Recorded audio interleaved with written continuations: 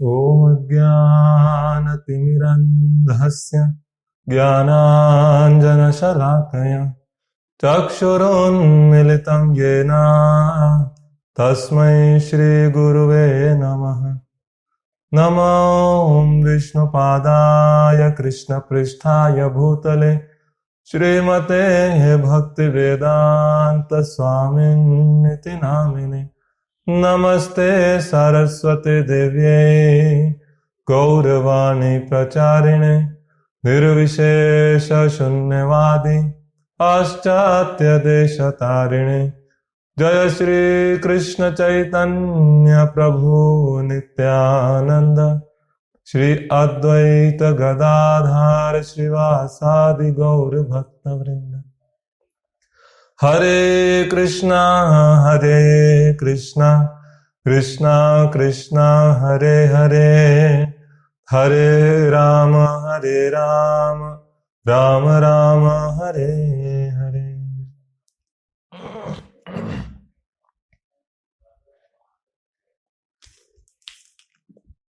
हरे कृष्णा। तो आज के पूतनावध के इस दूसरे सत्र की कथा में आप सभी भक्तों का स्वागत है, जो अपना कीमती समय निकालकर आप आज यहाँ पर 1 घंटे के लिए उपलब्ध हुए हैं, भागवत कथा को महत्व देते हैं। चाहे तो लोग बहुत कुछ कर सकते हैं इस समय में, अपने घर पर कोई बैठ के भजिया खा सकता है आराम से टीवी के सामने बैठकर, या तो कोई घर में लूडो खेल सकता है अपने घर वालों के साथ, या फिर कई तरह के क्रियाकलाप कर सकता है। लेकिन उन सभी अपने इंद्रिय भोग के क्रियाकलापों का त्याग करते हुए 1 घंटा समय जो आप लोगों ने सबने निकाला आज भागवत कथा श्रवण के लिए, इसके लिए हम आप सभी का बहुत बहुत आभार व्यक्त करते हैं। पिछले सत्र में हमने सुना किस तरह से जो पूतना थी वो कृष्ण को मारने की अपेक्षा से कंस द्वारा भेजी गई एक बाल घातिनी खेचरी नाम की राक्षसी थी, और वो अपने आप को इतना सुंदर बनाकर कृष्ण के सामने प्रकट किया उसने, सभी ग्वाल गोपाल के सामने, कि कोई समझ नहीं पाया कि वास्तव में ये एक राक्षसी भी हो सकती है। इसके ऊपर हमने विस्तार से चर्चा किया था पिछली बार। लेकिन जैसे ही इस राक्षसी को कृष्ण ने देखा, उस समय कृष्ण काफी छोटे से थे, नन्हे से थे। उन्होंने जब कृष्ण को पूतना को देखा तो बहुत स्वाभाविक सहज रूप से, जैसे एक सामान्य बालक अपनी आंखें बंद कर लेता है, उस तरह से कृष्ण ने भी अपने आंखें बंद कर ली। एक छोटा सा बालक जो पलने पर पड़ा है और वो आंख बंद करे, दिन भर में 1000 बार आंख बंद करता है कोई, लेकिन फिर भी ये कोई सामान्य बालक नहीं, पूर्ण पुरुषोत्तम भगवान, तीनों लोक के मालिक, यदि वो आंख भी बंद करते हैं तो उसके पीछे कई सारे कारण होते हैं। जब ये व्यक्ति बहुत किसी से प्रेम करता है तो उसके एक एक भावों को समझने का प्रयास करता है। ये हमने देखा कि कई सारे आचार्यों ने केवल कृष्ण के इस आंख बंद करने के पीछे कई सारी टीकाएं और कई सारे कारण दिए, कुछ हम यहाँ पे चर्चा करेंगे। और इन प्रकार के प्रसंगों को सुनने से ही वास्तविक रूप से हृदय में प्रेम आकर्षित होता है, भगवान के लिए प्रेम का प्रादुर्भाव होता है। ये जो पूतना का जो कथा आता है भागवत में, ये 10वें स्कंद के 6ठे अध्याय में आता है, और इस कथा के अंत में जो सबसे अंतिम श्लोक है, 44वां श्लोक, उसमें शुकदेव गोस्वामी कहते हैं कि इस प्रकार की जो कथाएं होती हैं कृष्ण कथा, इसको सुनने से क्या लाभ है। ये सबसे पहले कृष्ण की लीला है भागवत के 10वें स्कंद में। शुकदेव गोस्वामी कहते हैं, यह एतत् पूतना मोक्षम कृष्णस्याभर्कम अद्भुतम शृणुयाच्छिद्धया मर्त्यो गोविंदे लभते रतिम। जो कोई भी भगवान श्री कृष्ण द्वारा पूतना के मारे जाने के विषय में श्रद्धा तथा भक्ति पूर्वक श्रवण करता है और श्रीणुयाच्छयाद्रया श्री कृष्ण की ऐसी बाल लीलाओं को के सुनने में आपने अपने आप को लगाता है, उसे निश्चय ही आदि पुरुष रूप गोविंद के प्रति अनुरक्ति प्राप्त होती है।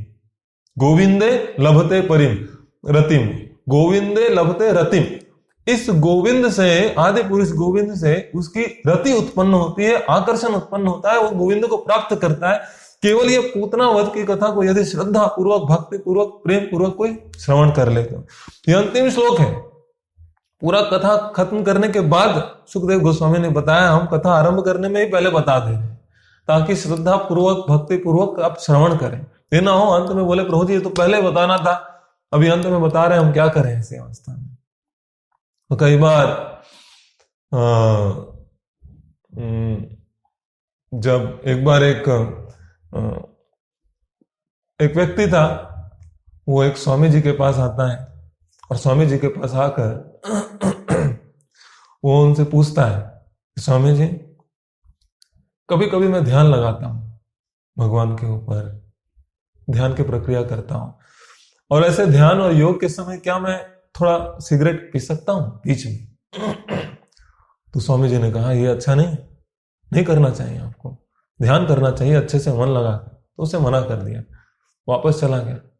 कई लोग आते थे स्वामी जी से मिलने, एक सप्ताह बीत गया, स्वामी जी भूल गए कि ये आके इसने कभी कुछ पूछा भी था मुझसे। एक सप्ताह के बाद ये व्यक्ति दोबारा आया, आकर इस बार उसने पूछा कि स्वामी जी कई बार मैं सिगरेट पीता रहता हूं, स्मोकिंग करता रहता हूं और ध्यान का ख्याल आता है, तो क्या मैं स्मोकिंग करते करते ध्यान कर सकता हूं बीच में? तो स्वामी जी ने सोचा ऐसे भी तो स्मोकिंग कर रहा है, बीच में थोड़ा ध्यान कर लेगा, कुछ तो फायदा होगा। हाँ, स्मोकिंग करते हुए बीच बीच में हम ध्यान कर सकते हैं। इसको कहते हैं शब्दों का जाल बुनना। यदि कोई ध्यान लगाते लगाते बीच में स्मोकिंग करे या स्मोकिंग करते करते ध्यान लगा, दोनों में अंतर है क्या? दोनों में कोई अंतर नहीं। लेकिन उसी को पलट के इसने इस प्रकार से पूछा कि स्वामी जी वही जवाब दें जो ये चाहते हैं। सामान्यतया हमारे जीवन में भी हम देखते हैं कि कई बार हमारे पास भी कई लोग जब मिलने आते हैं तो जो उनकी इच्छा है कि इसका ये जवाब मिलना चाहिए, वो पहले से सोच कर आते हैं। इसीलिए इस भय से कि कहीं प्रभु जी कुछ और ना जवाब दे दें, वो पहले ही शब्दों का जाल इस तरह से बुन के सामने रखते हैं ताकि इसके अलावा जो मैं चाहता हूं प्रभु जी यही कहे जवाब, ताकि मेरे पास कहने के लिए हो लोगों के पास कि प्रभु जी ने कहा मैं क्या करूं, उनका आदेश है तो करना ही पड़ेगा। इस प्रकार से कई बार हम अपनी बुद्धि और तर्क द्वारा सामने वाले को फंसाकर उनसे अपनी इच्छा उगलवाने का, अपनी इच्छा के अनुरूप कर्म करवाने का प्रयास करते हैं। तो ये शब्दों का जाल बुनकर, तर्क करके या कपटी की भावना से, इसे कहते हैं कपट की भावना। और जब ऐसे कपट की भावना होती है तो व्यक्ति के जीवन से सरलता चली जाती है। इसी कपट की भावना के साथ पूतना आए थे कृष्ण की हत्या करने की इच्छा से। यह कपट की भावना का त्याग करना होता है। तो जब हम ऐसी कथाओं का श्रवण करते हैं तो हमारे हृदय से ऐसी कपट की भावना चली जाती है। इसीलिए जगन्नाथ को पतित पावन कहा जाता है, चैतन्य महाप्रभु को पतित पावन कहा जाता है। किसी भी भगवान के अवतार को आप नहीं देखेंगे कपटी पावन कहा जाता है। कपटियों का उद्धार नहीं करते भगवान कभी भी, उन्हें कभी क्षमा नहीं करते। पतित है तो उसका उद्धार हो जाएगा, किंतु यदि कोई कपटी है तो उसका उद्धार नहीं होता है। तो ऐसे कपट की भावना यदि हम माने या ना माने, ये थोड़े अल्प मात्रा में या ज्यादा मात्रा में सभी के हृदय में होती है। इसीलिए भागवत कथा का श्रवण करना नियमित रूप से बहुत आवश्यक है। 1000 बार सुन लिया होगा आप लोगों ने पूतना की कथा, लेकिन फिर भी भक्ति और श्रद्धा पूर्वक बार बार यदि कोई इस कथा का श्रवण करता है तो जाकर उसके हृदय से इस प्रकार की कपट की भावना दूर होती है और सरलता आती है। तब जाके गोविंद के प्रति आसक्ति आती है। सुखदेव गोस्वामी यहाँ स्वयं कह रहे हैं कि श्री कृष्ण द्वारा पूतना के मारे जाने की इस कथा को यदि कोई भक्ति और श्रद्धा पूर्वक सुनता है, इन बाल लीलाओं को यदि कोई सुनता है तो गोविंद के प्रति रति आती है। गोविंद के प्रति रति यानी कपट भावना से मुक्ति। तो इस प्रकार से ये कथा को हमें बहुत ध्यान से, भक्ति भावना से श्रवण करने का प्रयास करना चाहिए। तो जब पूतना कृष्ण के सामने आती हैं तो कृष्ण अपनी आंखें बंद करते हैं। सबसे पहला कारण बताया जाता है कि पूतना जैसे ही कृष्ण के सामने आई तो वो समझ गई कि ये बालक तो कुछ अद्भुत दिख रहा है, एक अलग तेज निकल रहा है, एक अलग ओज निकल रहा है इसके चेहरे से। ऐसा लगता है कि ये बहुत शक्तिशाली है और कुछ अद्भुत है, कुछ स्पेशल है। कंस ने भेजा है, कई सारे बालकों की हत्या की है, इसके लिए क्यों भेजा एक छोटे से बालक? कुछ तो अद्भुत इसमें होना चाहिए। कृष्ण ने देखा कि पूतना हिचकिचा रही है, सोच रही है, कहीं ऐसा ना हो कि डर के वापस चले जाए, लीला आगे ही ना बढ़ेगी। और ये राक्षसी है, अगर इसे अभी छोड़ दिया तो पता नहीं और कितने लोगों की हत्या करेगी। और वृंदावन में रहने वाले सभी बालक, सभी बच्चे वैष्णव है, तो अपने भक्तों की हत्या होते हुए तो मैं नहीं देखूंगा। आज एक वैष्णव का अपराधी मेरे सामने आया है, तो इसीलिए उसे एक आत्मविश्वास का भाव, कॉन्फिडेंस देने के लिए पूतना को कृष्ण ने एक सामान्य छोटे से बालक के रूप में अपनी आंखें बंद कर ली कि मैं एक सामान्य बालक हूं, चिंता मत करो, डरो मत, आ जाओ मेरे पास आ जाओ, मुझे गोद में लो। इस प्रकार से पूतना को एक विश्वास दे रहे हैं कि आ जाओ, डरो मत। तो इस विश्वास देने की भावना को प्रकट करने के लिए एक छोटे से बालक के रूप में उन्होंने अपनी आंखें बंद की। एक पहला कारण है। दूसरा कारण जो बताया जाता है कि कृष्ण ने जब देखा कि ये पूतना जो है ये बाल घातनी, कई सारे छोटे छोटे मासूम निर्दोष बालकों की हत्या की है इसने, ऐसी पापी, इतनी पापी राक्षसी को तो देखना भी नहीं चाहिए। शास्त्रों में कहा गया है जो अत्यंत पापी लोग होते हैं उनका नाम भी नहीं लेना चाहिए, उनके नाम लेने से भी दोष लगता है। जैसे कि जब परीक्षित महाराज एक बार अपने शहर के, अपने देश के निरीक्षण के लिए निकले हुए थे, तो अपने रथ से जा रहे थे। जाते वक्त उन्होंने देखा कि सड़क के किनारे एक बैल है, उस बैल के तीनों पैर टूट चुके हैं, वो दर्द से करा रहा है, खून निकल रहा है, बहुत पीड़ित अवस्था में था वो बैल। परीक्षित महाराज को बहुत क्रोध आया, किसने ऐसा दुस्साहस किया इस बैल को इस पीड़ित अवस्था में रखने के लिए। परीक्षित महाराज जो थे वो इतने प्रभावी शासक थे अपने समय में कि उनके शासन काल में व्यक्ति तो क्या, एक छोटा मच्छर भी पीड़ित नहीं हो सकता, इतने प्रभावी शासक होते थे उस समय। तो ऐसे प्रभावी शासक के राज्य में जब उन्होंने देखा कि एक बैल इतनी पीड़ित अवस्था में है तो उन्हें बहुत चिंता हुई। रथ रोक कर वो बैल के पास जाकर उनसे जिज्ञासा करने लगे, आपकी ऐसी अवस्था क्यों है और किसने आपकी ऐसी व्यवस्था की? इस पर उस बैल ने कुछ जवाब नहीं दिया, वो केवल क्रंदन कर रहा था, रो रहा था दर्द से। परीक्षित महाराज ने बार बार उससे पूछा और कई बार पूछने के बाद तब जाकर बैल ने मनुष्य की आवाज में बोलना आरंभ किया और कहा, हे परीक्षित, हे राजन, मैं किसे दोष दूं, किसका नाम बताऊं आपको? मेरे पूर्व जन्म में किए गए अपराधों का बताऊं आपको जिसकी वजह से मुझे ये दोष मिला है, या फिर जो इस जन्म में जिसने मेरे साथ ऐसा किया है उसका नाम बताऊं, या काल का नाम बताऊं जिसके प्रभाव से यह सब हो रहा है? इस तरह से कई बार पूछने के बाद भी उस बैल ने बताया नहीं किसने ऐसा किया। और इस तरह से परीक्षित महाराज समझ गए कि ये कोई सामान्य बैल नहीं है, ये अवश्य धर्मराज है, क्योंकि इतने बड़े सिद्धांत को ये समझता है कि पापी व्यक्ति का तो नाम भी नहीं लेना चाहिए, उसे देखना तो बहुत दूर।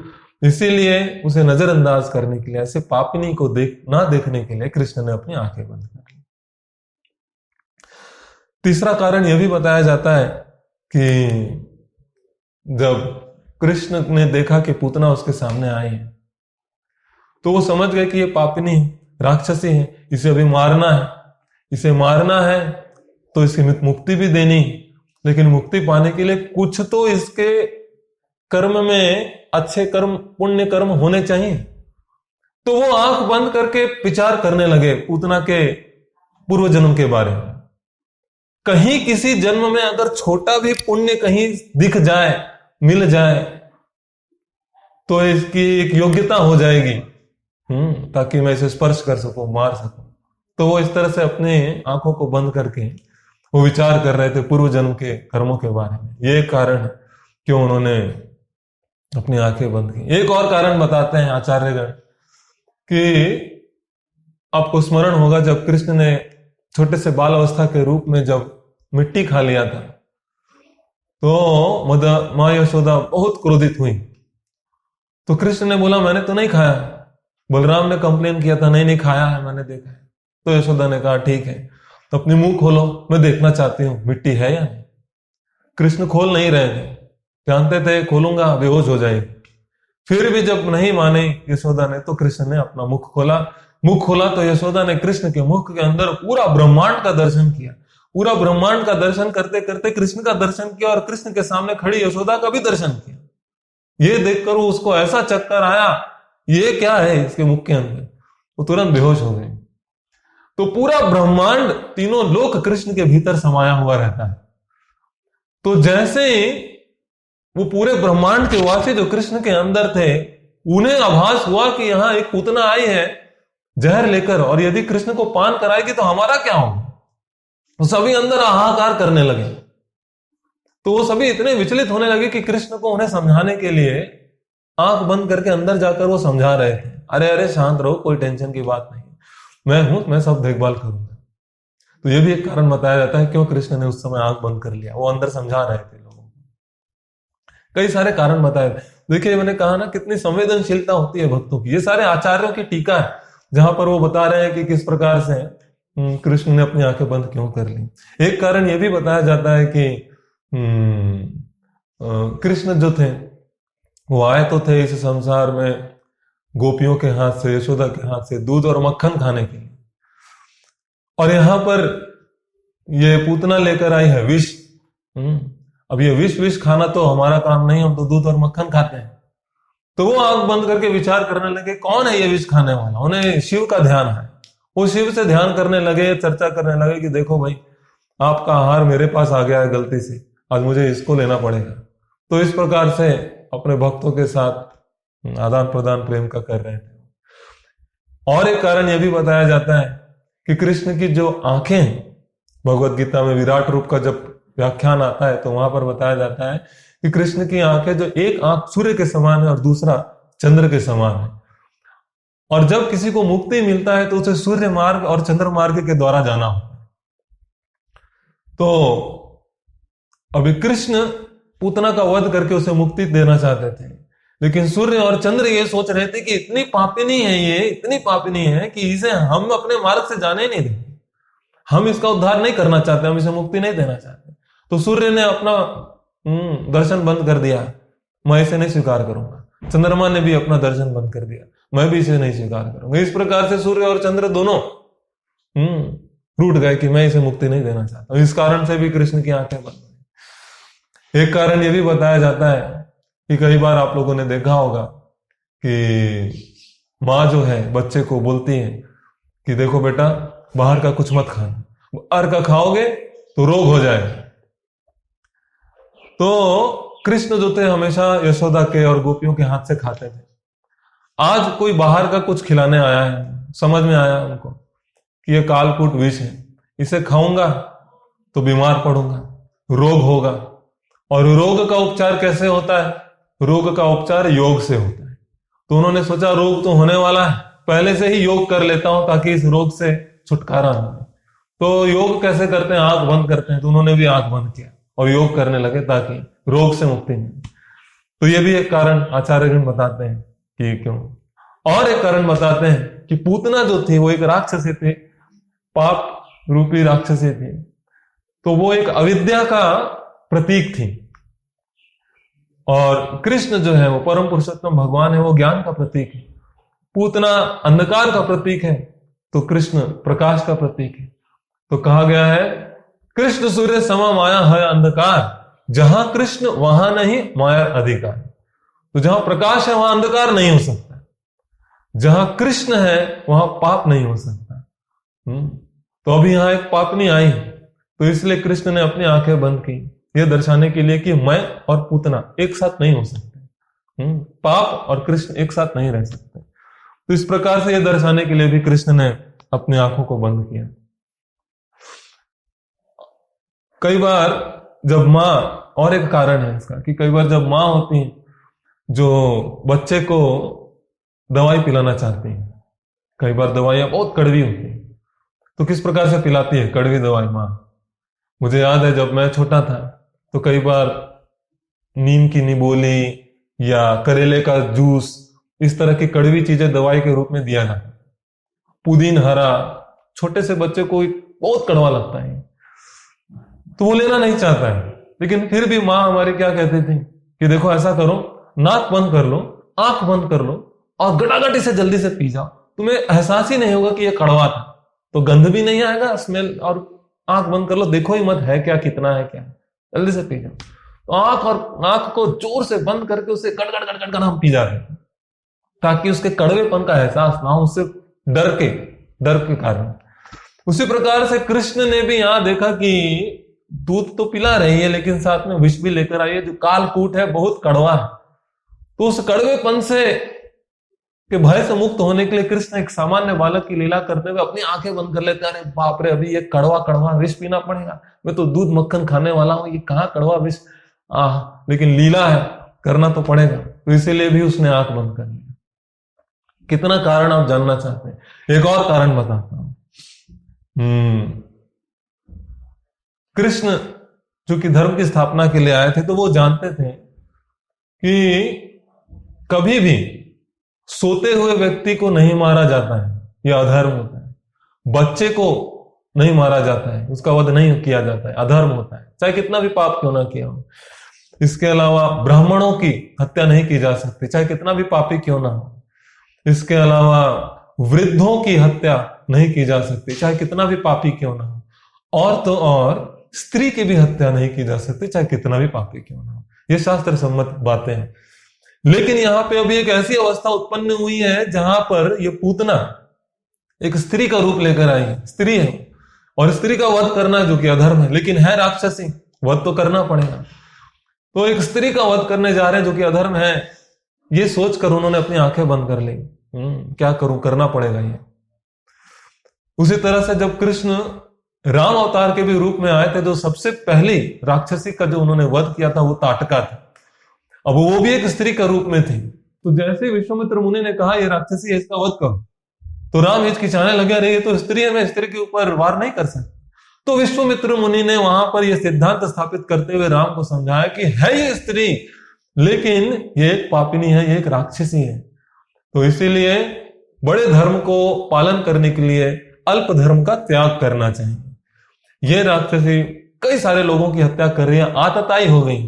तो ऐसे आतताई के संबंध में इस धर्म का सिद्धांत उनके ऊपर नहीं लगता है, आतताइयों के ऊपर, इसीलिए उनकी हत्या की जाती है।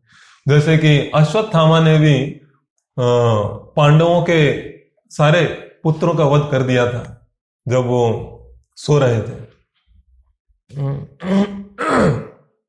तो उन्हें सुप्तावस्था में उन्होंने, अश्वत्थामा ने उसका वध किया था। तो ये एक आतताई का प्रतीक होता है, सुप्तावस्था में किसी को नहीं मारा जाता है।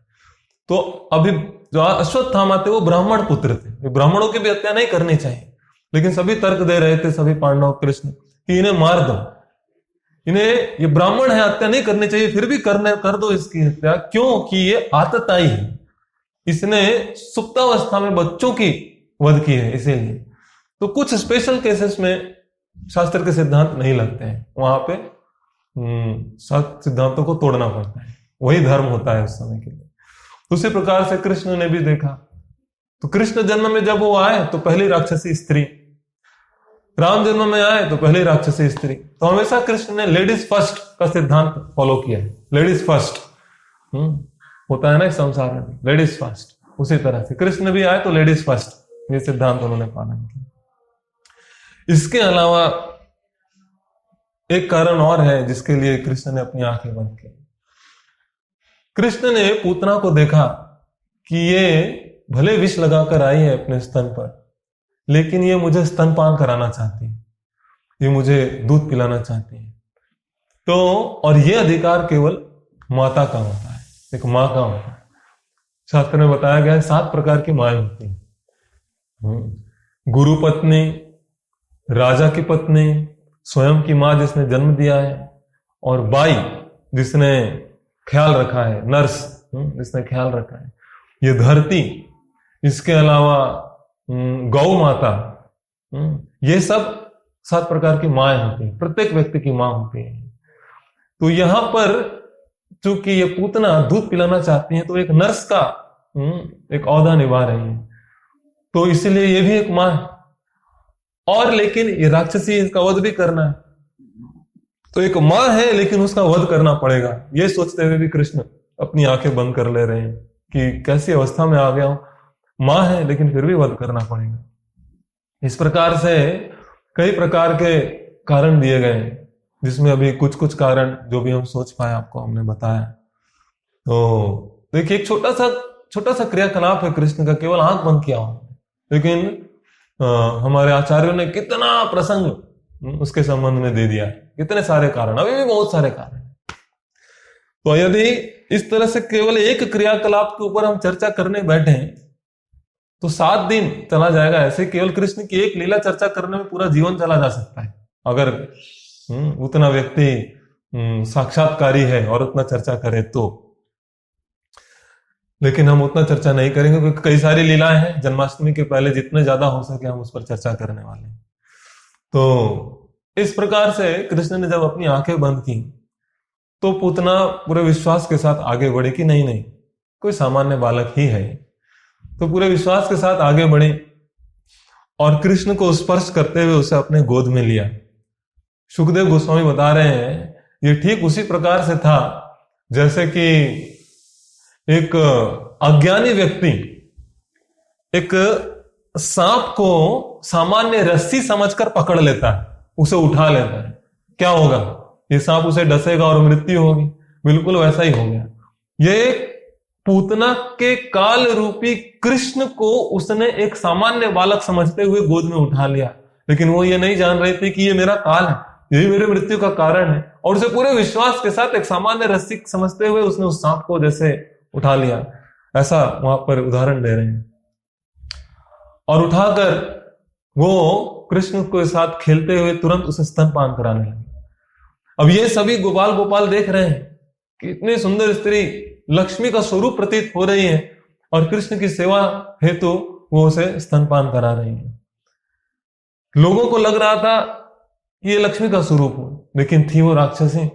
अब यहां पर भी सुखदेव गोस्वामी कह रहे हैं तर्क देते हुए कि ये बिल्कुल ऐसा था कि एक मखमल से बहुत सुंदर हीरे मोती रत्नों से जड़ित म्यान है और उस म्यान के भीतर एक बहुत तीखी तलवार है। देखने में तो बाहर बहुत सुंदर म्यान दिख रहा है, मखमल का कपड़ा है, लेकिन भीतर एक तलवार है। वैसा पूतना प्रतीत हो रही थी वहां पे उसके अपने ही चरित्र के कारण। तो जैसे ही पूतना ने अपना स्तनपान कराया कृष्ण को, तो कृष्ण ने उसके मातृभाव को स्वीकार करते हुए बहुत कृपा और वत्सल भाव से दूध का पान करने लगे। और दूध पीते पीते पीते पीते वो पूतना के प्राण भी पीने लगे। सारा दूध खत्म हो गया तो प्राण पीने लगे। अब वहां पर सुखदेव गोस्वामी कहते हैं श्लोक में, भागवत में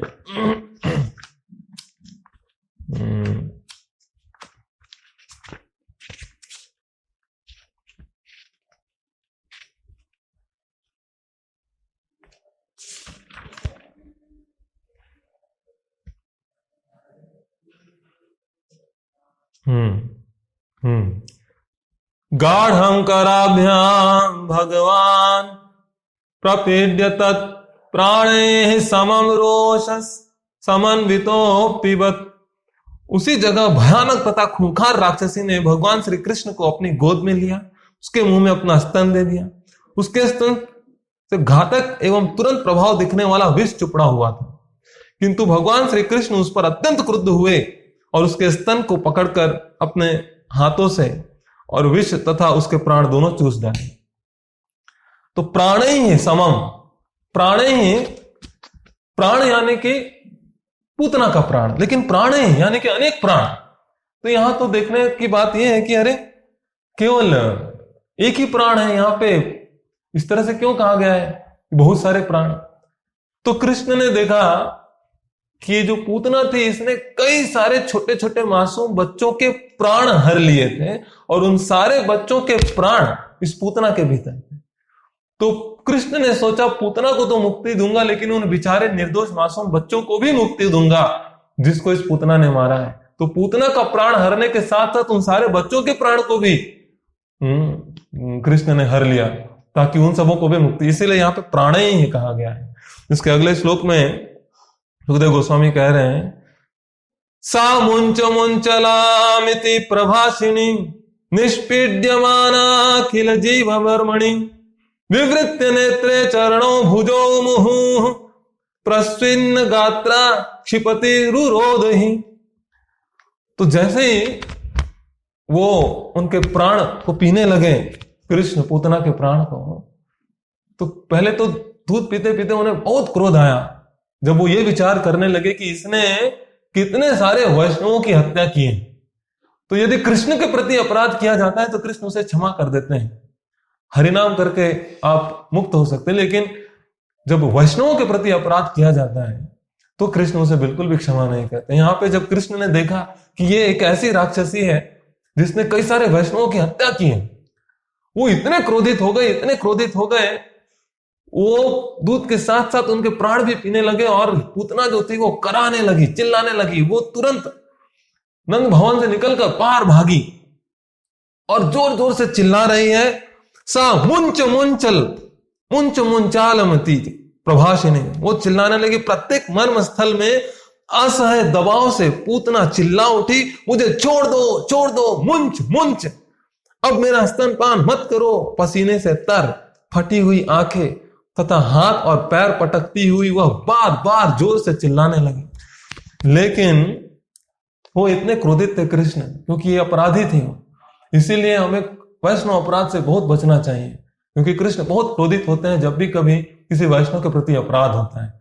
स्वयं के प्रति अपराध वो झेल लेते हैं, लेकिन वैष्णव के प्रति अपराध कभी नहीं झेलते। तो यहाँ क्रोधित होकर वो उसे छोड़ ही नहीं रहे। ये ऐसा ही समझ लीजिए जैसे कि एक छोटी सी चींटी आपको कहीं से काट रही हो और काटने के साथ साथ पूरा प्राण निकालने लगे तो आपको कैसा लगेगा? तो पूतना का इतना विशाल काय रूप था, कहा जाता है 12 मील तक की ऊंचाइयां थी उसके शरीर की, और उसमें एक छोटा सा नन्हा सा कृष्ण उसके स्तन से लटका हुआ और प्राण चूस ले रहा है। अब जरा विचार कर सकते हैं इस पूरे दृश्य को, कितना अद्भुत दृश्य रहा होगा। वो कह रही है छोड़ दो, चिल्लाते हुए भाग रही है वो बाहर, क्योंकि उसके प्राण हर ले रहे हैं कृष्ण। ये कोई सामान्य सी बात नहीं है, बहुत पीड़ा देने वाली अवस्था होती है। लेकिन कृष्ण विचार कर रहे हैं, ये हमारे जो कृष्ण है ये एक ऐसे भगवान है जो पहले ही बोल देते हैं, देखो आप मेरा भक्त तो बनने जा रहे हैं, लेकिन एक बार विचार कर लो अच्छे से। कल को यदि आपने बोला कि मुझे छोड़ दो तो मैं वैसा भगवान नहीं हूं। एक बार पकड़ लेता हूं, रोते रहोगे, चिल्लाते रहोगे, कुछ भी करो, कभी नहीं छोड़ने वाला मैं। इतनी आसानी से तो नहीं छोड़ूंगा। ये कृष्ण का स्वभाव है। और यदि हम भी चाहते हैं कृष्ण हमें इसी तरह से पकड़ ले ताकि हम भागना भी चाहे तो कृष्ण भागने ना दे, ये हमारे भक्ति की पराकाष्ठा होगी। बिल्कुल उसी अपने भक्त वत्सल स्वभाव का प्रदर्शन करते हुए कृष्ण ने यहां पर ऐसा विचार किया कि तुम ही मेरे पास आए थे, एक बार कोई मेरे पास आ जाता है, कितना भी प्रयास करे, अब वो मुक्त नहीं हो सकता, मैं उसे इतनी आसानी से छोड़ने वाला नहीं। तो और भक्तों का भी स्वभाव, क्योंकि कृष्ण के जो गुण होते हैं वैसे गुण भक्तों में भी आते हैं, तो भक्तों का भी वैसा ही स्वभाव होता है। किसी को यदि पकड़ लेते हैं तो आसानी से छोड़ते नहीं। इसीलिए इस संसार में लोग ज्यादा से ज्यादा वैष्णवों के संरक्षण में, उनके शरण में आने का प्रयास करते हैं, क्योंकि उनके संरक्षण में, शरण में वो सबसे ज्यादा सुरक्षित होते हैं। किसी भी विकट परिस्थिति में पूरा संसार व्यक्ति आप देखेंगे, जब तक आपके पास धन है, वैभव है, ऐश्वर्य है, आपके कई सारे मित्र होंगे, कई सारे रिश्तेदार होंगे, आपके आगे पीछे करेंगे। लेकिन जैसे ये धन, वैभव, आपकी संपत्ति चले जाती है, सारे मित्र दूर हो जाते हैं, सारे संबंधी, सगे संबंधी अपने रिश्ता तोड़ देते हैं आपसे। लेकिन एक वैष्णव, एक भक्त है, एक ऐसा संबंध होता है कृष्ण के साथ, उनके भक्तों के साथ ही एक ऐसा संबंध होता है तो कितने भी विकट परिस्थिति में हम क्यों ना हो, वो हमें अवश्य संरक्षण सुरक्षा प्रदान करते हैं, क्योंकि ये उनका स्वभाव है। तो कृष्ण भी अपने इसी स्वभाव का प्रदर्शन करते हुए वो पूतना को छोड़ नहीं रहे हैं।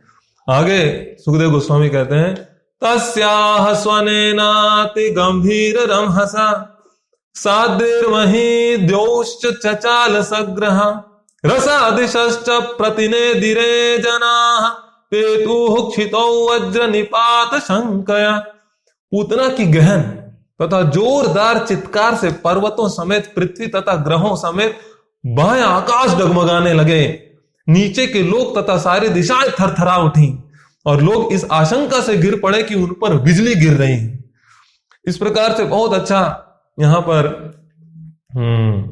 सुखदेव गोस्वामी बताते हैं कि कैसा दृश्य था उस समय, क्या हाल हो रही थी पूतना की।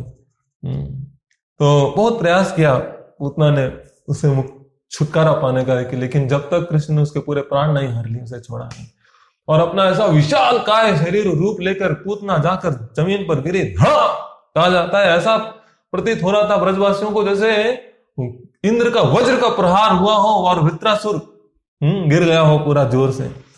बहुत जोर का इतना आवाज हुआ पूतना के गिरने पर, इतने जोर की आवाज है, तीनों लोग थरथरा उठे। पूरे जो राज सिंहासन पर बैठे थे इंद्र, वो नीचे गिर गए, क्या हो गया है, कुछ तो हुआ है। तो इस प्रकार से कहा जाता है जब पूतना की मृत्यु हो गई तो उसका इतना विशाल का शरीर था, उसके जो ये दो नाक थे, उसके छिद्र जो थे वो बड़ी बड़ी गुफाओं की तरह प्रतीत हो रहे थे। उसका जो पेट था एक विशाल तालाब, सूखे हुए तालाब की तरह प्रतीत हो रहा था। पूरा उसके शरीर के एक एक भाग की वहां पर व्याख्यान की गई है ताकि व्यक्ति समझ सके कि पूतना कितनी बड़ी राक्षसी थे। और कृष्ण एक छोटे से बालक के रूप में बिना किसी अस्त्र और शस्त्र के उन्होंने इस पूतना का वध कर दिया बहुत आसानी से। उन्हें, चूंकि ये पूर्ण पुरुषोत्तम भगवान है, इन्हें किसी का वध करने के लिए मोटा मोटा बाइसेप्स, 6 एब्स और बहुत ऐसा शक्ति की जरूरत नहीं पड़ती, उनके पास आध्यात्मिक शक्ति होती है। एक बार प्रभुपाद जी की एक शिष्या थी जो बहुत अच्छा पेंटिंग बनाते थे कृष्ण लीलाओं के ऊपर। तो एक बार उन्होंने गोवर्धन लीला के ऊपर पेंटिंग बनाया। तो उन्होंने बनाया गोवर्धन है, कृष्ण ने उसे अपने उल्टे हाथ से ऐसा उठा के रखा है और कृष्ण के मोटे मोटे बाइसेप्स हैं बॉडी बिल्डर्स की तरह। तो जब प्रभुपाद को उन्होंने दिखाया तो प्रभुपाद जोर जोर से हंसने लगे और उन्होंने कहा, अरे कृष्ण को ये पर्वत उठाने के लिए इस भौतिक शक्तियों की जरूरत नहीं पड़ती, उनको मांस और मेरु रज्जु से बना हुआ एक शक्ति की जरूरत नहीं, वो तो आध्यात्मिक शक्ति से असुरों का वध करते हैं, उनकी शक्ति आध्यात्मिक होती है। इस प्रकार से भले छोटे ही बालक क्यों ना, लेकिन पूर्ण पुरुषोत्तम भगवान था और इतने विशाल का राक्षसी का जब उन्होंने वध किया तो ब्रजवासी देखकर तुरंत यशोदा रोहिणी दौड़ दौड़ कर आने लगी वहां पर। काफी चिंतित थी क्या हुआ होगा कृष्ण को। दौड़कर उन्होंने तुरंत कृष्ण को उठाया और वहां से लेकर आया। लाने के बाद सब विचार करने लगे, बाप रे इतने अशुभ चीजें क्यों हो रही हैं, इतने अमंगल के कारण चीजें क्यों हो रही हैं। तो तुरंत कृष्ण को लाकर सबसे पहले उन्होंने उस अमंगल और अशुभ को दूर करने के लिए गाय की पूंछ को कृष्ण के चारों ओर फिराया, कृष्ण के सभी नामों का उच्चारण किया, विष्णु के, ओम केशवाय नमः, ओम नारायणाय नमः, ओम माधवाय नमः, ओम गोविंदाय नमः, ओम त्रिविक्रमाय नमः, ओम माधवाय नमः। इस तरह से कई प्रकार के नाम उच्चारण करने लगे सभी लोग और कृष्ण को गौमूत्र से स्नान कराया गया और गाय की प्रदक्षिणा करवाया गया। देखिए ये हमारी वैदिक संस्कृति है। समझते थे वो कि जब भी कुछ अशुभ हो, अमंगल हो तो गौ माता का शरण लेना चाहिए। गौ माता के गोमूत्र हो, गोबर हो या उसका पूंछ हो या उसकी प्रदक्षिणा हो, प्रत्येक क्रियाकलाप से बहुत सकारात्मक वातावरण उत्पन्न होता है। ये वैदिक संस्कृति थी। कृष्ण अपने उदाहरण से ये सिखा रहे हैं क्यों गौ माता का शरण लेना चाहिए। लेकिन आज की विकट परिस्थिति ऐसी है कि लोग इतने राक्षसी स्वभाव के हो गए, इतने पापी हो गए हैं अपने जीवा स्वाद के लिए। केवल ऐसा नहीं है खाने की बहुत कमी है, लेकिन केवल और केवल अपने जीवा स्वाद के लिए अपनी मां स्वरूप गाय का वध कर कर उनका मांस खाते हैं। तो ये बहुत ही कलियुग की विकट परिस्थिति है। तो इस प्रकार से हम देखते हैं कि इस लीला में तीसरे स्कंध में सुखदेव गोस्वामी एक बहुत अच्छा श्लोक कहते हैं, जो कि बहुत प्रसिद्ध श्लोक है भागवत का। कहते हैं, यही श्लोक वो श्लोक है जो सुनकर सुखदेव गोस्वामी वापस आते हैं। बहुत प्रसिद्ध श्लोक है ये।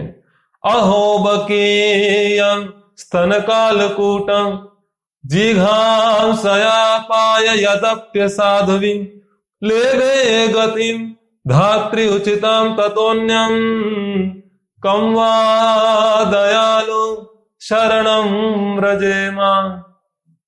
अहो बकीयम स्तन कालकूटम, कितने भाग्यशाली हैं। अहो बकीयम, ये बकी की, बकासुर की बहन, बका की बहन बकी, ये वहां भी होता है। तो अहो बकीयम स्तन कालकूटम, जिसने अपने स्तन में कालकूट जैसा विष लगाकर आया, जिघांसया, एक निर्धारित योजना के साथ कि कृष्ण का वध करना है।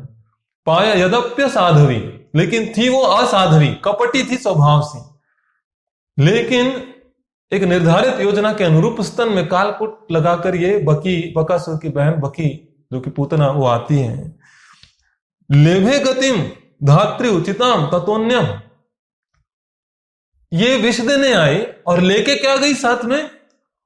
भगवत धाम में मातृ का औदा, माता का औदा, माता का स्तर, माता का पद, कृष्ण का मां बनने का एक अवसर। ये क्या हो गया यार? जिघाम से पाए लेभे गतिम धात्री, धात्री यानी कि मां का पद, उचितम ततोन्यम, ऐसा और अन्य कौन कर सकता है? कम वा दयालु, कौन इतना दयालु हो सकता है? शरणम व्रजेमा, वो जो व्रज में नंद है, नंद के जो बेटे हैं कृष्ण, वही कर सकते हैं। इसीलिए चलो उनकी शरण लिया जाए, उनका शरण लें। कम वा दयालु शरणम व्रजेमा, इतने दयालु कृष्ण का शरण लेना चाहिए। ये तो बिल्कुल वैसा ही हो गया जैसा कि मान लीजिए कल को खबर आए कि कुछ उग्रवादी थे और उन्होंने पार्लियामेंट, भारत के जो पार्लियामेंट है, संसद भवन है, उस पर बम फेंका और पुलिसों ने अपना पूरा तत्परता दिखाते हुए इन उग्रवादियों को पकड़ भी लिया। लेकिन सरकार ने ये निर्धारित किया है कि इन उग्रवादियों को परमवीर चक्र से सम्मानित करते हुए, पुरस्कार देते हुए, धन दौलत देते हुए इसे छोड़ दिया जाए। अभी जब ये कोई सुनेगा तो बोलेंगे अरे ये क्या है, ये कैसा राजा है, अंधेर नगरी चौपट राजा, ऐसा भी कभी होता है क्या? पार्लियामेंट पे उसने हमला किया है, बम फेंका है और उसे पुरस्कृत कर रहे हैं। तो भाई वो नागरिक जो टैक्स भर रहे हैं, बहुत अच्छे से रह रहे हैं, सरकार के साथ सहयोग कर रहे हैं, उन्हें क्या मिलेगा? तो वही यहां पर भी विचार करने योग्य बात है कि जरा सोचिए, कृष्ण को कालकूट लगाकर विषपान कराने जो आई, उसे कृष्ण माता का ओहदा दे रहे हैं भगवत धाम में। तो वो लोग जो निरंतर नियमित रूप से भगवान का नाम स्मरण कर रहे हैं, भागवत अध्ययन कर रहे हैं, भगवान की कथा श्रवण कर रहे हैं, प्रसंग सुन रहे हैं, यूट्यूब में लेक्चर सुन रहे हैं, उनको क्या गति प्राप्त होगी? जरा विचार करके देखिए। भगवान कृष्ण ने 10वें स्कंद की जो सबसे पहली लीला है, उसमें ही अपने एक पूतना जैसी राक्षसी को मातृ का ओहदा देकर इतना बड़ा एडवर्टाइजमेंट कर दिया सबसे पहले सभी लोगों को कि देख लो, मैं आगे की लीला आप क्या सुनोगे, पहली लीला में ही देख लो मैं कितना दयालु हूं, ये दिखा दे रहा हूं। तो एक एडवर्टाइजमेंट कर दिया कि आप लोग ज्यादा से ज्यादा शरण लीजिए भगवान का। इस प्रकार से भगवान इस लीला के माध्यम से ये दर्शा रहे हैं कि देखो, पूरी लीला श्रवण कर लीजिए कृष्ण की। सभी प्रकार के कैटेगरी के भक्तों का उन्होंने प्रदर्शन किया है। एक तरफ पूतना है तो दूसरी तरफ यशोदा है। पूतना से लेके यशोदा के भीतर जिस प्रकार के कैटेगरी के भी भक्त हैं, सबको भगवत धाम दिया भगवान ने, सबको मुक्ति दिया। हम तो कम से कम बीच में कहीं आते हैं, कम से कम पूतना जितने पापी तो नहीं है, यशोदा जितने शुद्ध भी नहीं है, लेकिन कहीं तो बीच में आ रहे हैं और इन दोनों को भगवान भगवत धाम दे रहे हैं। तो यदि हम भी शरण ले लें कृष्ण की, तो हमारी क्या गति हो सकती है, इस विश्वास के साथ हमें कृष्ण भक्ति करनी चाहिए। तो ये जो लीला थी पूतना की, ये बहुत ही आशाजनक लीला है, खासकर कली युग के बद्ध जीवों के लिए तो बहुत ही आशाजनक लीला है। हर समय जब भी हमें कभी निराशा हो भक्ति में, तो इस कथा को याद करना चाहिए कि पूतना जैसी राक्षसी को यदि भगवान भगवत धाम में मातृ का औहदा दे सकते हैं, मैं तो फिर भी प्रयास कर रहा हूं, कुछ माला कर रहा हूं, भागवत पढ़ रहा हूं, गीता पढ़ रहा हूं, कुछ तो कर रहा हूं, तो अवश्य मुझे कुछ ना कुछ तो प्राप्त होगा। तो इस आशा के साथ व्यक्ति को आत्मविश्वास के साथ भक्ति के पथ पर आगे बढ़ते रहना चाहिए। कृष्ण अपनी इस लीला से बद्ध जीवों को दिखाना चाह रहे हैं कि देखो, इस संसार में लोग एक दूसरे के साथ कई प्रकार के संबंध बनाने का प्रयास करते हैं, कई प्रकार के संबंध स्थापित करते हैं, लेकिन सभी संबंधों में केवल निराशा और निराशा ही मिलती है, क्योंकि उन संबंधों में स्वार्थ होता है। जैसी स्वार्थ सिद्ध होता है संबंध तोड़ देते हैं। जैसे कि आप देखेंगे ज्यादातर जो प्रेम प्रसंग के द्वारा विवाह होता है वो टूट जाता है, क्योंकि एक दूसरे का स्वार्थ होता है। वो उसके शरीर से आकर्षित है तो दूसरा पार्टी उसके पैसे से आकर्षित है, दोनों का स्वार्थ है। जहां स्वार्थ सिद्ध हो गया तो फिर वो संबंध भी टूट जाता है। लेकिन प्रेम का जो क्या लक्षण होता है वो भगवान इस लीला से दिखा रहे हैं कि प्रेम का जो लक्षण होता है कि व्यक्ति की योग्यता या अयोग्यता दोनों को नकार कर उसे स्वीकार करना, यही प्रेम का लक्षण है। यहां पर पूतना भले विष लगाकर आई हो, उसकी कोई योग्यता नहीं है, लेकिन फिर भी कृष्ण, वो एक कृष्ण, धेनुकासुर, ये वो जो भी जितने भी कृष्ण की लीला है उन सबों का जितना, वैसे तो एक एक लीला को 7-7 दिन 10-10 दिन तक चर्चा किया जा सकता है, लेकिन फिर भी हम प्रयास करेंगे जितना ज्यादा से ज्यादा हो सके इन लीलाओं को हम आपके सामने रखने का प्रयास करेंगे, ताकि आप सब इन कथा का श्रवण करिए। तो जन्माष्टमी का एक शुभ अवसर आ रहा है, बलराम जयंती है, झूलन यात्रा ऑलरेडी आरंभ हो चुकी है, इसके अलावा राधाष्टमी आ रही है, नंदोत्सव आने वाला है, प्रभुपाद जी का आविर्भाव दिवस आने वाला है। तो ये बहुत ही अच्छा अवसर है, उत्सवों का भंडार है यहाँ पे अभी, तो ये बहुत अच्छा समय है। ऐसे समय में ज्यादा से ज्यादा भगवान का नाम जप, ज्यादा से ज्यादा कीर्तन, ज्यादा से ज्यादा कथा श्रवण, ज्यादा से ज्यादा अध्ययन, जब भी समय मिले 10 मिनट का भी समय मिले तो दौड़ के जाकर भागवत खोल के पढ़ना आरंभ कर देना चाहिए। 5 मिनट का भी समय मिले तो दौड़ के जाकर ईयरफोन लगाकर कोई भागवत कथा श्रवण करना चाहिए। दिन भर में काम करते हुए माताएं जब रसोई में खाना बना रही हैं तो बगल में स्पीकर में या कान में भागवत कथा लगाकर रख सकते हैं। जब घर के किसी भी ऐसे काम को आप कर रहे हैं, साथ में कथा चलते रहनी चाहिए, दिन भर घर में कथा चलना चाहिए। यह जन्माष्टमी केवल एक दिन मनाने वाला अवसर नहीं है, ये आपको कई दिनों पहले से अपनी चेतना को जन्माष्टमी के अनुरूप बनाने का प्रयास करना चाहिए। ये केवल उस दिन थोड़ा भगवान के ऊपर दूध घी डाल दिया तो हो गया, ऐसा नहीं। ये जन्माष्टमी आने के कई दिन पहले से आरंभ हो जानी चाहिए हमारी चेतना का विकास, और जन्माष्टमी जन्म खत्म होने के बाद भी ये खत्म नहीं होना चाहिए, ये बहुत तेजी से चलते रहना चाहिए। जहां 10 मिनट का समय मिला, एक वाला एक्स्ट्रा जप कर लिया, ज्यादा से ज्यादा नाम जप, कथा श्रवण, अध्ययन। हमने देखा है ये 3-4 चीजें जो बहुत नियमित रूप से बहुत ही कठोरता के साथ साधना करते हैं, इसे ही साधना कहते हैं। इस तरह की साधना करने से ही क्रमशः धीरे धीरे धीरे धीरे धीरे धीरे व्यक्ति के हृदय में कृष्ण के प्रति प्रेम, वैष्णव के प्रति प्रेम स्थापित होता है। केवल घर में सोते रहने से, खाते रहो, सोते रहो, टीवी देखते रहो और कभी कभी बीच में प्रभु जी कुछ कह रहे हैं जरा सुन लेते हैं, नहीं। तो ये जो भागवत कथा जो आप लोग सुनते हैं, ये भागवत कथा श्रवण, खासकर ये वाले जो अपना पूरा दिन भर का काम खत्म कर कर 1 घंटा निकाल कर जो आप श्रवण करते हैं, इस समय सब काम धाम छोड़कर ये 1 घंटा एक्सक्लूसिवली आपको निकालना ही चाहिए।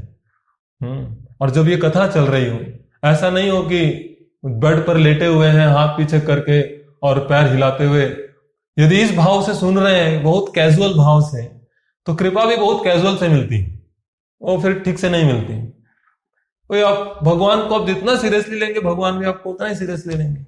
बहुत कैजुअल भाव से सुन रहे हैं ना, तो भागवत कथा सुनते सुनते फिर बीच में अगल बगल जो यूट्यूब में एडवर्टाइजमेंट आता है ना, ये देखो भारत ने राफेल विमान खरीदा है, अच्छा पहले ये देख लेता हूं, लगता है कुछ नया न्यूज आया है।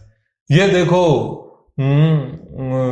कोरोना के धनबाद में 65 मरीज मिले हैं एक ही जगह पे, अरे अरे क्या है, तो बढ़िया न्यूज है, ये देखते हैं।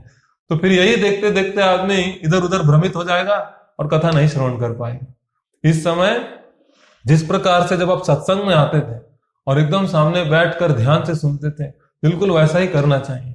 मोबाइल को सामने लगाकर सभी परिवार वालों के साथ एकदम 1 घंटे के लिए ऐसा लगना चाहिए कि आप सत्संग में गए हुए हैं कहीं पर, और अच्छे से अपने आप को तिलक तिलक लगाकर सांस संवार कर, कोई नहीं देख रहा है ऐसा मत सोचिए, कृष्ण देख रहे हैं।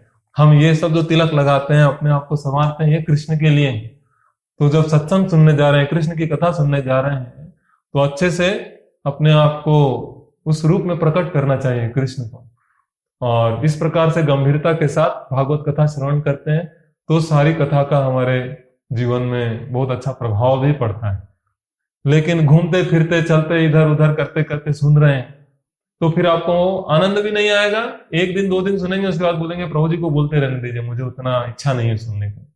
तो फिर ऐसा भाव आता है। प्रयास करिए जितना ज्यादा से ज्यादा आप कथा श्रवण का लाभ उठा सकें। मुझे इससे कुछ ऐसा भौतिक लाभ नहीं होने वाला, केवल कृष्ण की कृपा, अपने गुरु की कृपा, उनकी सेवा स्वरूप मैं ये सेवा कर रहा हूं। लेकिन यदि आप इसे गंभीरता से लेंगे तो आपको फायदा होगा और आपका मनुष्य जीवन सफल होगा। खासकर ऐसे कोरोना के टाइम में जब बहुत ज्यादा कुछ करने को नहीं है, 5 बजे धनबाद का मार्केट भी बंद हो जाता है, इसीलिए हमने 6 बजे से रखा है ताकि आराम से बाहर भागदौड़ बंद हो जाए, आराम से बैठ के व्यक्ति भागवत कथा का श्रवण करें। पति पत्नी बच्चे सभी लोग घर में एक साथ बैठकर कथा का श्रवण करना चाहिए गंभीरता के साथ। आप सभी लोग अपना कीमती समय निकालकर इतने देर तक कथा का श्रवण किए, आप सभी लोगों का हृदय से प्रेम पूर्वक धन्यवाद। अगली कथा के लिए कृपया प्रत्येक दिन शाम को 6 बजे आप लोग उपस्थित रहें। हरे कृष्णा। श्रील प्रभुपाद की जय। जन्माष्टमी महामहोत्सव की जय। निताई गौर प्रेमानंदे। हरि हरि।